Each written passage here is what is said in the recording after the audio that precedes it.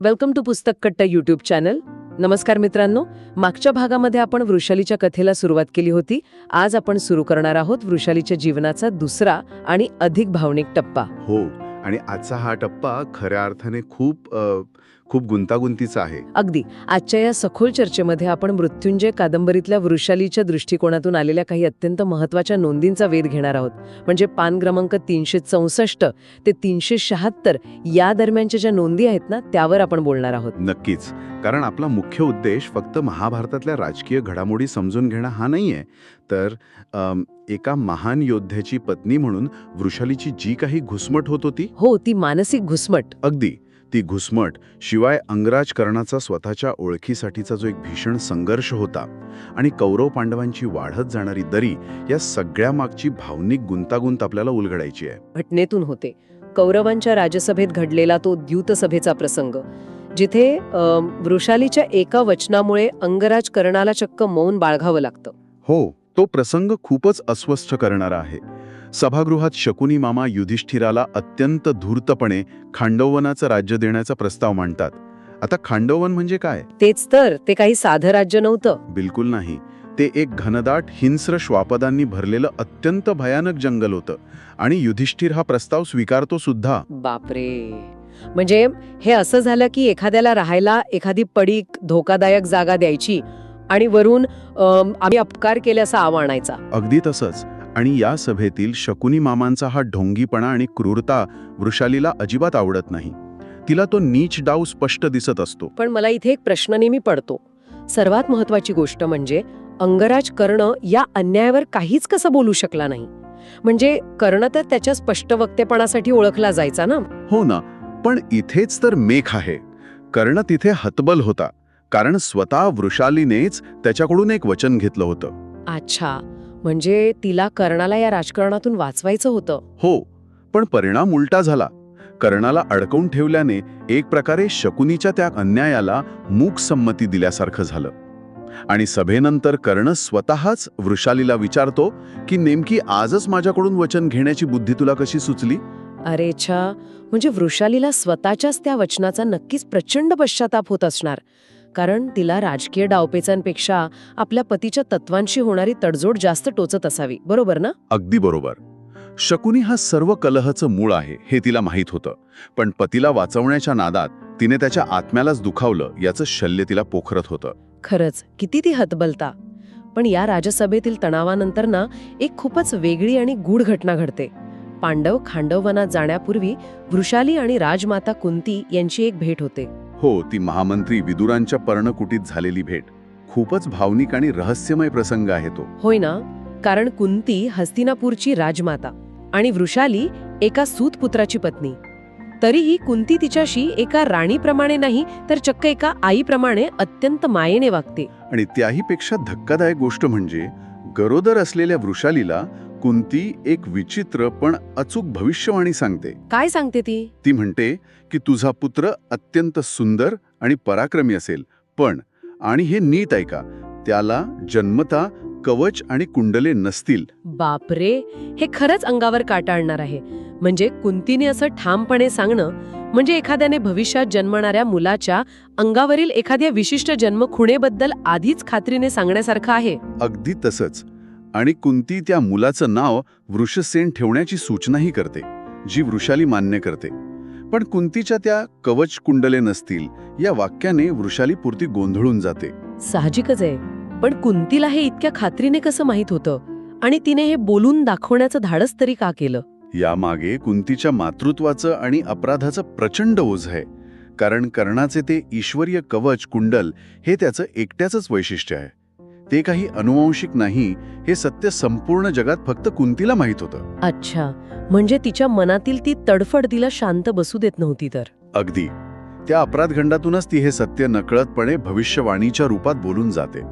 पण या भविष्यवाणीचे खरे पडसाद तेव्हा उमटतात जेव्हा प्रत्यक्ष वृषसेनाचा जन्म होतो. हो, तो प्रसंग जिथे कर्णाच्या मनात स्वतःच्या ओळखीबद्दल एक भयंकर वादळ निर्माण होतं. होय, म्हणजे आधी कर्णाचा भाऊ शोण आणि मेघमाला यांचा विवाह होतो. त्यानंतर वृषाली एका पुत्राला म्हणजे वृषसेनाला जन्म देते. वृषालीसाठी तो मातृत्वाचा, निर्मितीचा एक परमोच्च आनंदाचा क्षण असतो. पण तो आनंद फार काळ टिकत नाही, नाही का? दुर्दैवाने नाही. बाळ जन्माला आल्यावर कर्ण सर्वात आधी आत येतो आणि तो बाळाला हातात घेताच चक्क त्याचे कान तपासतो. अरे देवा!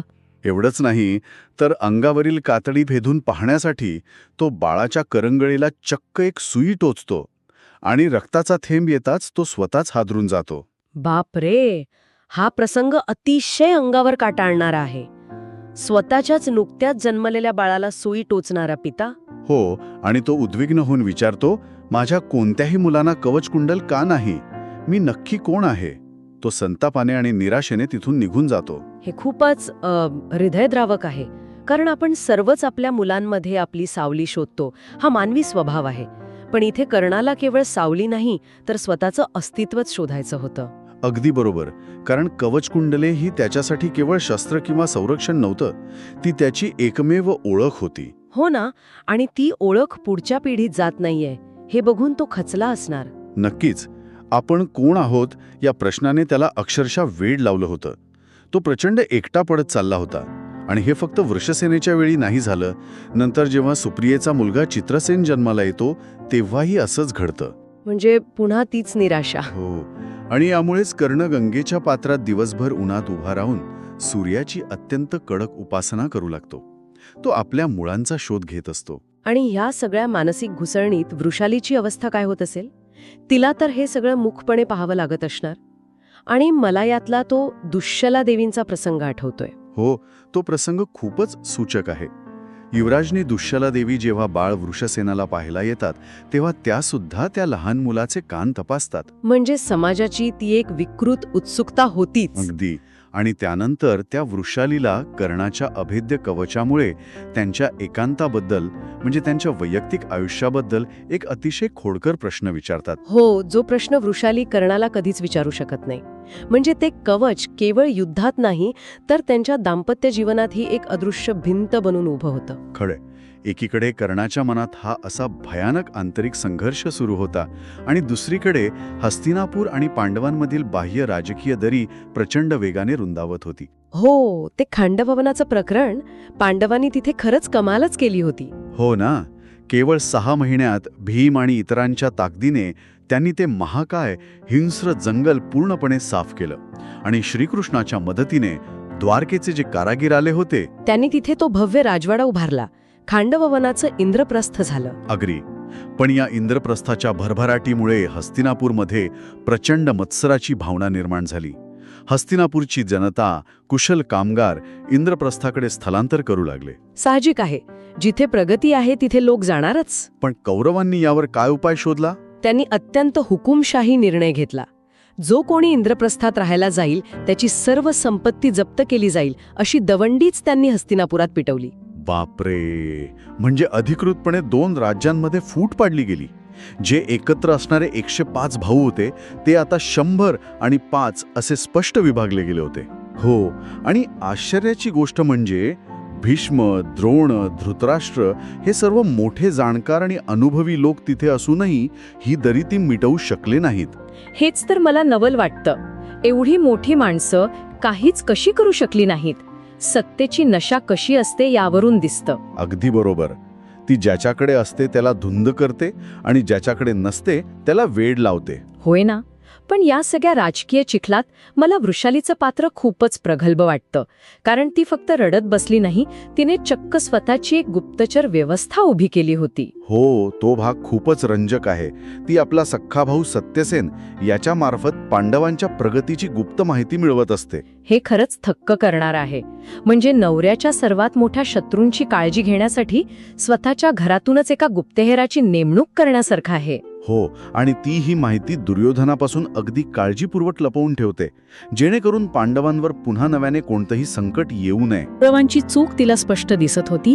ती व्यवस्था बदलू शकत नसली तरी तिने स्वतःच्या सदविवेक बुद्धीला कधीच गहाण ठेवलं नाही. खरंय.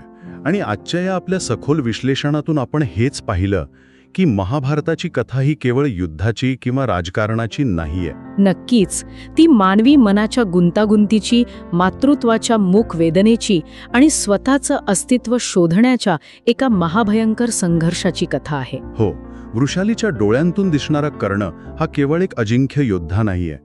तो स्वतःच्याच ओळखीच्या शोधात हरवलेला एक असहाय्य पिता आणि पती आहे. अगदी खरंय.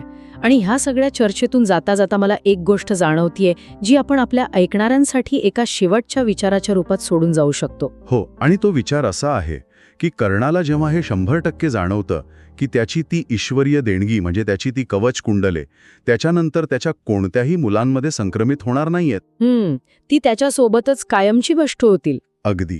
तर तेव्हा याच प्रचंड निराशेने आणि भयावह एकाकीपणाने त्याला दुर्योधनाच्या आधाराकडे अधिक घट्टपणे ढकलले नसेल का? बापरे, हा विचार खूपच अस्वस्थ करणारा आहे. हो ना, म्हणजे स्वतःची मूळ ओळख पुसली गेल्याच्या भावनेतूनच त्याने मृत्यूला कवटाळण्याइतकी टोकाची निष्ठा दुर्योधनाप्रती दाखवली असेल का? कारण त्याला आपला दुसरा कोणताही वारसा दिसला नसेल. या प्रश्नाचा नक्की विचार करा. खरोखर हा प्रश्न आपल्याला महाभारताकडे पाहण्याची एक पूर्णपणे नवीन आणि गडद दृष्टी देतो. याच अस्वस्थ पण महत्त्वाच्या विचारासोबत आपण आज इथेच थांबूया. तोपर्यंत या मानवी गुंतागुंतीचा नक्की विचार करत रहा.